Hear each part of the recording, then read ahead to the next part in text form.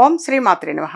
ఇప్పుడు తెలియజేసే అంశము మార్చి 3వ తారీఖు 2026వ సంవత్సరము కేతుగ్రస్త చంద్రగ్రహణము అనేటువంటిది ఏర్పడుతుంది. సరే, దానికి సంబంధించిన సమయము అన్ని కూడా ముందు ఎపిసోడ్ లో తెలియచేయడం జరిగింది.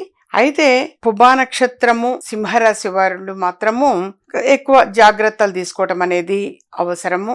వారు మాత్రం వీక్షించకపోవటం మంచిది. గ్రహణాన్ని వీక్షించకపోవడమే చాలా చాలా మంచిది. అలాగే వీళ్ళు తప్పనిసరిగా గ్రహణ శాంతి అనేది మాత్రం చేయించుకోవాలి నాన్న. సింహరాశి వాళ్ళు గ్రహణ శాంతి చేయించాలి. అలాగే సింహరాశితో పాటుగా ఇంకా ఎవరెవరికి వర్తిస్తుంది, ఎవరెవరి శాంతి చేయించుకుంటే మంచిది అని అంటే మేషరాశి వాళ్ళు తప్పనిసరిగా, అంటే మేషరాశి నుంచి మరి పంచమ స్థానం కాబట్టి సింహరాశి తప్పనిసరిగా మేషరాశి వాళ్ళు జాగ్రత్త తీసుకోవాలి. అలాగే ధనస్సు రాశి వాళ్ళు జాగ్రత్త తీసుకోవాలి. ఇక సింహరాశికి ముందు వెనక అనంటే కన్యారాశి, కర్కాటక రాశి. సో ఈ రాశుల వాళ్ళందరూ కూడా తప్పనిసరిగా గ్రహణ శాంతి చేయించుకోవటం చాలా చాలా మంచిది, ఉత్తమం. మరుసటి రోజున శివుడికి అభిషేకము అనేది చేయించుకోవటం చాలా మంచిది నాన్న. రుద్రాభిషేకము అనేటువంటిది చేయించుకోవటము, రుద్రాభిషేకానంతరము చక్కగా ఆ తీర్థము అనేటువంటిది తీసుకోవాలి. తప్పనిసరిగా ఆ తీర్థం తీసుకోవటం అనేటువంటిది అవసరము. గ్రహణ శాంతి అని అంటారు. మెయిన్ రుద్రాభిషేకం చేయించుకోవటం ఉత్తమోత్తమం.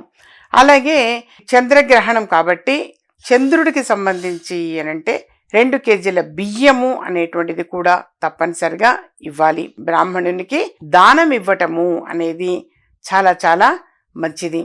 అందుకనే బ్రాహ్మణునికి ఎప్పుడు కూడా బియ్యము ఇవి తప్పనిసరిగా మనం ఇస్తాము. ఒక ఇత్తడి గిన్నెలో నెయ్యి, అలాగే నువ్వుల నూనె, మరి గోధుమలు, బియ్యము, చంద్రబింబము ఇవి తప్పనిసరిగా దానం ఇస్తే మంచిది నాన్న.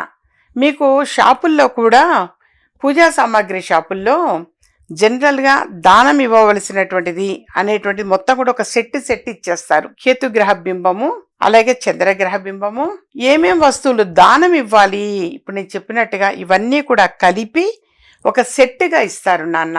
అది తీసుకొని వచ్చి తప్పనిసరిగా మరి దానం ఇవ్వటం అనేది చాలా చాలా మంచిది. అలాగే అభిషేకము అనేది కూడా చేయించాలి నాన్న. శివుడికి అభిషేకం చేయించడం కూడా చాలా మంచిది. సో ఈ రాశుల వాళ్ళు మాత్రం, ఈ 5 రాశుల వాళ్ళు మాత్రం తప్పనిసరిగా శివుడికి రుద్రాభిషేకము అనేటువంటిది చేయించటము చాలా మంచిది. అంటే గ్రహణ శాంతి అనేటువంటిది చేయించటం ఉత్తమోత్తమము. దీనివల్ల చక్కని ఆరోగ్య విషయం కావచ్చు. ప్రధానంగా ఏవైనా సరే కొంచెం జాగ్రత్త వహించటం అంటే ఎందుకోసం అంటారు? ఆరోగ్యాన్ని దృష్టిలో పెట్టుకుని అంటారు. అలాగే తీసుకోవాల్సిన జాగ్రత్తలు అనేవి కూడా ఉంటూ ఉంటాయి. ఇప్పుడు గర్భిణీ స్త్రీలు ఏదైతే మన గ్రహణ సమయం అంటారో ఆ సమయంలో కొంచెం కదలకుండా అలా పడుకోమని మన పెద్దవాళ్ళు చెప్పేవాడు. మొదటి నుంచి కూడా ఇలా కదలకుండా, ఇలా గీక్కోకుండా, గోక్కోకుండా జాగ్రత్తగా పడుకోమని చెప్పేవాళ్ళు.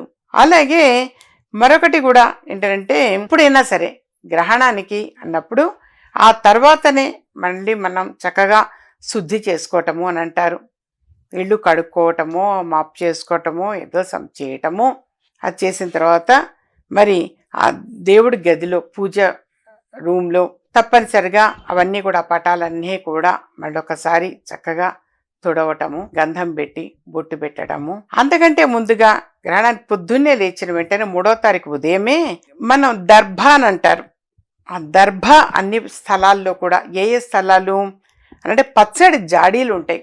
పచ్చడి జాడీల్లో వేయటము, అలా నిల్వ ఉండేటువంటివి వాటి మీద వేయటం చాలా చాలా మంచిది. అలా ఏంటంటే కొన్ని ఇంపార్టెంట్ వాటి మీద గరిక అని అంటాము. గరిక కానీ ఆ గరిక ఎండితేనే దర్భ అని అంటారు.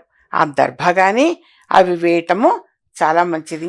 ఆ గ్రహణ సమయంలో మాత్రం గురువు గారి దగ్గర తీసుకునేటువంటి మంత్రాల్ని తప్పనిసరిగా చాంటింగ్ చేసుకోవటం, మంత్ర జపం చేయటము చాలా చాలా మంచిది.